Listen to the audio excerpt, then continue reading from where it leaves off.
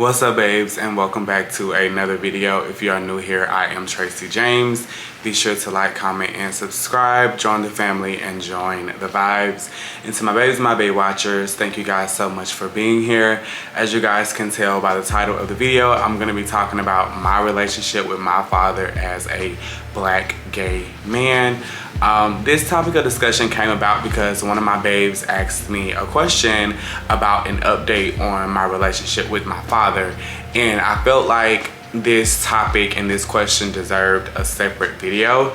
But before we get into this discussion, I want to first and foremost start off by saying to my father, if you ever see this, if you're watching this, please know that I have forgiven you. I have truly moved on. I have truly healed from the things that I experienced in my upbringing concerning our relationship. And this video is not to bash you or to make you seem like you weren't the best that you could possibly be for me, but this is just me simply being transparent with my community that I built and telling my story. So just know that it's all in love, and I love you, and I pray that this video doesn't bother you if you ever see this. So if you guys want to hear about my relationship with my father, you know what to do. Just keep on watching.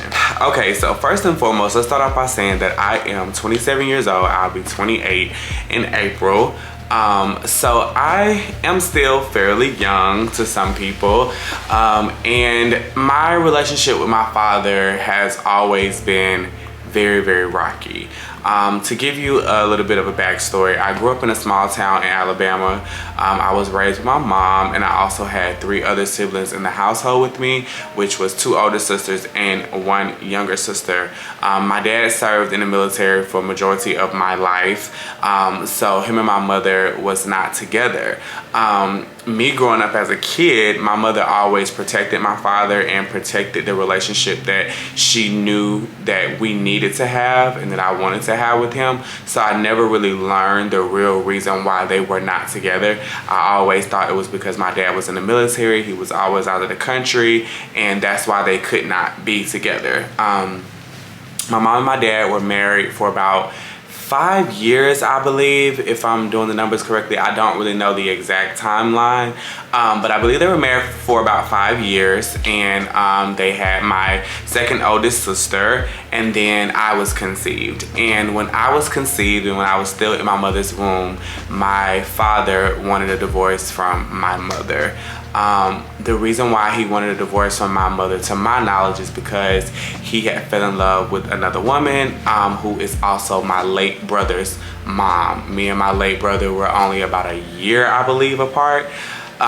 So essentially they were somewhat pregnant around the same time, or I was born, and like a few months later my dad told my mom that my brother's mom was pregnant. So yeah, so from the womb, I felt a sense of abandonment from my father. Of course, I didn't know this growing up. I didn't know about this until I was about 18 or 19 years old. My whole life, like I said, I always thought that my dad was just in the military and he was never around. So from infant all the way up until about 6th grade, my relationship with my dad was always, I would see him over the summer. Some summers I would go spend time with him, me and my sister. We would see him during like Christmas. He would bring presents, and that was really it. I didn't really have like a pick up the phone, call my dad every day, or he texts me to see how I was doing. It was always like big moments that needed to be celebrated when I heard from my father. And growing up, I never really paid much attention to it because when he was around, he was great, you know? So I thought that that was normal growing up, and I didn't realize how abnormal it was for that to be the dynamic of our relationship. So when I was in like the 6th grade going into my 7th grade year, my dad was finally stationed somewhere permanently, so I thought. And I was like, you know what, I want to go move with my dad. Me and my brother was supposed to both go move with my father, but something happened with my brother where he didn't come, so I essentially ended up going alone. And literally a month into me moving there, my dad got stationed overseas. and I had to live with my stepmother at the time because I had already started school, and it was just gonna be too much for me to go back to Alabama, even though I wanted to go back to Alabama so bad. It was just like, school had started, just finish out the semester and you can come back after that. So my dad left me again. You know, I'm thinking, oh my God, I got my dad, this is gonna be great. Like, and once again, I'm disappointed. He leaves. And so for that whole semester, I think it had to be the spring semester of my 7th grade year, my dad wasn't there. You know, I hardly talked to him on the phone. It was just me and my stepmom. And once school finished and it was summertime, my dad came back because he was only gone for like 6 months. But I was so disappointed in the experience that I no longer wanted to live with him. So I ended up moving back to Alabama, and from 7th grade all the way up until now, our relationship has been very dysfunctional. Like I said, we would only talk during holidays, only talk during, you know, birthdays, maybe. He would always get me and my brother's birthday mixed up. He would call me on my brother's birthday telling me happy birthday, and I'm like, Dad, my birthday is not until April. So it was just very dysfunctional, and I started to realize how dysfunctional it was the older that I got. And so I'll never forget my senior year, I had some close friends that, you know, I had shared my sexuality with, like, hey, this is what I'm doing. And my entire friend group, we all fell out. And one of my friends went to the same church as my uncle, which is my dad's brother.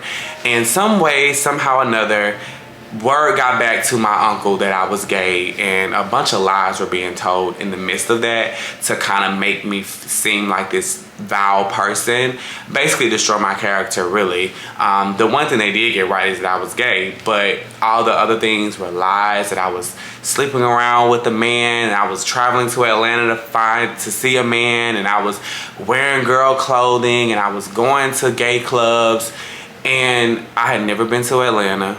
I had never, oh my God, right when I'm doing the video, somebody wants to text me, phone on silent. Anyway, I had never like been doing any of that stuff. The only thing I shared with my friends is that I was gay and that I was talking to a guy on social media. So I got back to my dad, and my dad called me and he was like, are you gay? And at the time, I wasn't ready to come out, and I was like, no. And he was like, well, your friend is saying this and saying that and blah, blah, blah.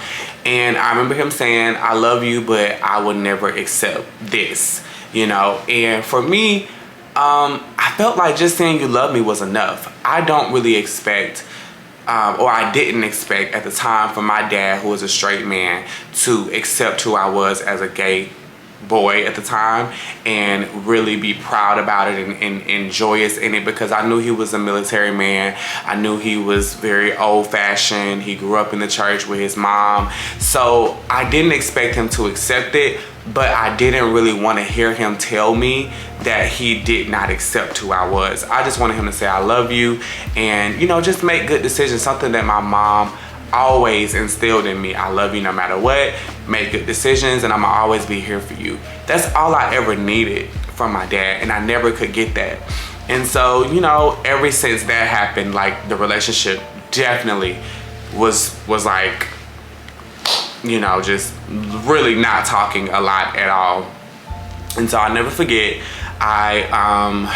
like I told you, I denied it to my dad that I was gay, and I went off to college and I needed some financial assistance. So I reached out to my dad about helping co-sign for me to get a student loan, which I'm so glad that we didn't do this. So in a way, it was a blessing that it didn't work out. And so many of the things that we went through, I learned that it was for the betterment of me and my character now. But at the time, I just wanted my dad's support. But anyway, so there was a loan that I needed. My dad agreed to do it. He signed all the paperwork, and the paperwork got mailed to his home. His wife at the time opened the mail and she read it, and she was very upset with my dad about doing that and not discussing it with him. And then he called me and was like, hey, I no longer can do the loan. And I lost it. I literally called my dad every name under the sun, and I felt horrible about it. But I felt like, once again, you're putting someone else above your family. You're choosing another woman above your family, and you're not accepting me for who I am and supporting me when I need you. You know, I'm trying to go to school. I'm trying to make you happy. You always instilled in us to go to college and, you know, make the right decisions, and I wanted to make him happy in some sort of way so that he could accept me for who I was. And I felt like the time that I need you, you're not there for me, you know, and you're not there for me because someone else is dictating that decision, which has always been a pattern. Every woman in his life outside of my mother has always drove a wedge between my relationship with him, my brother's relationship with him. It was always a woman that was in the middle of it, and we never could just connect with my dad. It was always like, well, hey, you know, such and such is here, and da da da da, I gotta ask her. It never felt like my dad chose me and put me as a priority. And so at that point, that was my breaking point. I lost it. I literally lost it. And so our relationship was very much so strained from that point on. It was horrible. I immediately apologized to him because I felt bad and because I love my dad. I never wanted to disrespect him, but I had got so fed up with feeling like a second choice and just something that could always be put off that I just had to express that. And so a few years later, him and that wife ended up getting a divorce, and I felt like, oh my God, like I finally had the chance to get my dad back and, you know, build some sort of relationship. And he moved back to Alabama, and he ended up meeting his current wife, who he's with now. And I'll never forget, I was in my apartment and he came over, and I finally came out to him. And I finally told him, hey, you know, Dad, I'm gay. This is who I am. And I could see the look on his face that our relationship was definitely about to get very distant from that point on. And he just said, I love you, and I just can't accept it, you know? And I was like, okay, you know, I've done all I could do. You know, I'm being honest with you. I'm bearing myself to you. I'm giving you who I really am. And it's still not enough for you to just say, you know what, son, there's been so many years that we haven't been able to get it right. And I finally feel like I'm getting my life back. I don't care. I just want us to be good. And so after I told him that, he left and we didn't talk for a while. And then he ended up getting remarried. And my brother ended up passing right before he got married. And I remember we went up to Chicago to go to my brother's funeral. And my family, we were all sitting at the table, and we were talking about, you know, how my brother passed and how he was dealing with similar struggles that I was dealing with, and how he didn't have the support from my dad. And I remember my dad saying, you know, I was sending him emails and I was sending him texts. And I'm like, you're sending him emails and texts, and your son is battling with his sexuality, and now he's not here, and you can't even say you picked up the phone and you showed up and you hugged him and you told him you loved him. An email, a text, like really? So that destroyed me, that crushed me, because me and my brother, we didn't get a chance to have a relationship. And seeing him lying there, lifeless, knowing that we had similar struggles, it did something to me psychologically for a very, very long time. And I remember my dad getting up and speaking at the funeral, and only thing he could reference was a time when my brother was like 3. And it was so cringe. It was so, like, my heart was breaking. And I'm like, this could have been me. Like, you know, this could have been me had I not had my mom. And so from that point on, I just looked at my dad totally different. I felt like there was nothing that could get through to him to make him love his children unconditionally. And I have to really accept that and move on with my life. Otherwise, I will be just like my brother. And I remember I was fine throughout the whole funeral, but when we got to the gravesite where they were lowering his casket into the ground, I just broke. It was like my heart literally broke. And I couldn't keep it together. Like, I tried to keep it together for so long, but I could not keep it together. And yeah, like my heart broke for him and for my dad, because I was like, whatever this block is, like, you're literally losing your biological family that you created, that you brought into this world. And for whatever reason, you can't seem to get over the fact that your sons are gay, or that one of them were gay and he's not here, and your other son that's here and alive and well is gay and dealt with the same struggles. Like, I would have thought that would have been a wake-up call for him to, you know, finally say, you know what, son, this is a teachable moment for me, you know, and I want you to be here and I want you to have my support. But it never happened. And I remember when we were preparing for his wedding and he asked me to be in his wedding, and I said yes, of course. We went to this church ceremony, and there was this guy that was a prophet, so to speak, and I use air quotes and you'll see why in just a moment. I knew that after that moment, him and my dad had been speaking and they had been talking, and at the time my dad's current wife had a very young son. He was like maybe 2 or 3, and the guy got up there and was like, you know, said to my father, you lost your only son, but God gave you another son, which was his now wife's youngest son. And I'm sitting there in the church like, what? God took your only son? I'm thinking, wait, what is happening? And once again, my dad broke my heart, because I knew when that man said that he was not a prophet, because there's no way you are a prophet and you don't know that he has a son that's sitting right here. And the crazy thing is, after the service, I was walking to my car and I dropped something, and the same prophet was walking behind me, and he stopped me and he was like, hey, you dropped something. And I turned around, he gave it to me. He was like, you know, who are you? I've never seen you here before. And I was like, yeah, I'm just here to support my dad, you know, he's getting married. And he was like, your dad is, and I was like, yes, that's my dad. And the look on his face was like, huh? And I was like, yeah, that's my dad. And I just walked away. And I remember being at his wedding, and I was standing behind him, and my heart was breaking again. I cried the entire ceremony. Like, I cried the entire ceremony. I could not keep it together. I wasn't like boohoo crying, but like the tears were just rolling down my face. I was standing as still as possible, but the tears were just flowing. They were just flowing down my face, because I was like, yet again, you know, now I'm physically witnessing my dad accept another family as his own and never repaired or accepted me as his true son. So after that, I distanced myself. I didn't speak to my dad for a long time. It was very off and on. And then here recently, last year, my dad was like, you know, I just want us to sit down and talk, and, you know, let's try to make this thing right. You're my son. And I was hopeful that, you know, he was finally coming around. And so we went and had lunch here in Atlanta. He came to see my place, and I just let it all hang out. I let everything out. And it was a release. I had finally felt the release from me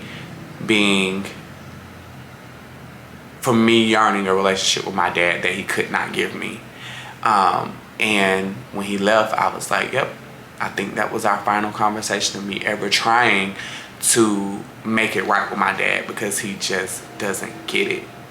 So since then, we haven't spoken, we haven't talked, and I'm okay with that. You know, I love my dad. I wish him nothing but the best, but I can't pretend that we have a relationship that we do not have. I can't pretend that we're close when we're not. I don't know you. You don't know me. And that's okay. I've learned that it's okay, and I just have to let it go. And I've let it go. You know, I hold no resentment to him. When I let everything out, I got it all off my chest and I put it in his lap, and I felt free. and I wanted him to be free. And I wanted to say, you know, whatever you was dealing with when you divorced my mom and whatever you did in the past, I release you of that. I don't hold you hostage to that anymore. I want you to be free. I want you to live your life freely, and I want you to be happy when you wake up in the morning with the choices that you've made, knowing that your son is not judging you anymore.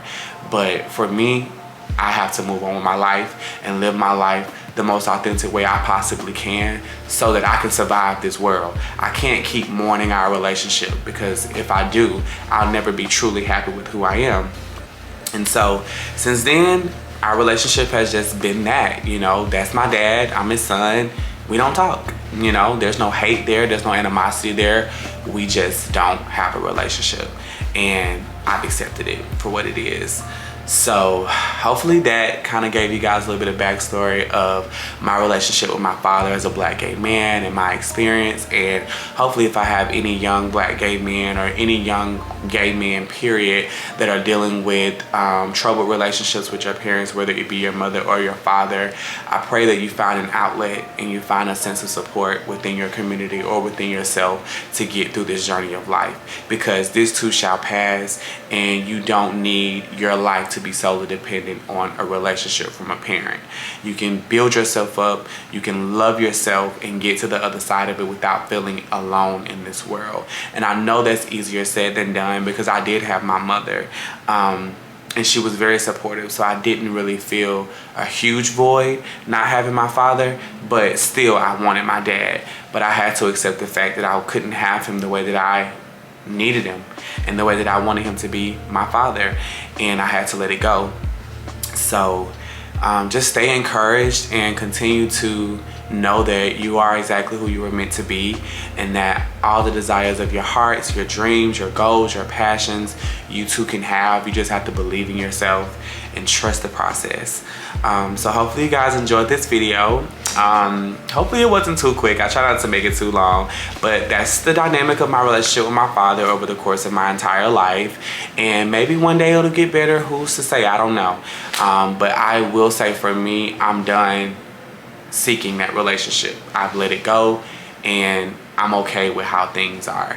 So I love you, babe, so much for watching. If you were new here, hello, I am Tracy James. I am a YouTube vlogger. I vlog my life on a daily basis. I post a weekly vlog every Sunday at 3 p.m. Eastern Standard Time. If you want to see how I'm living, go ahead and hit the like button, comment down below, let me know that you have joined the family, and of course subscribe, and I'll see you guys in the next one. Bye, babes.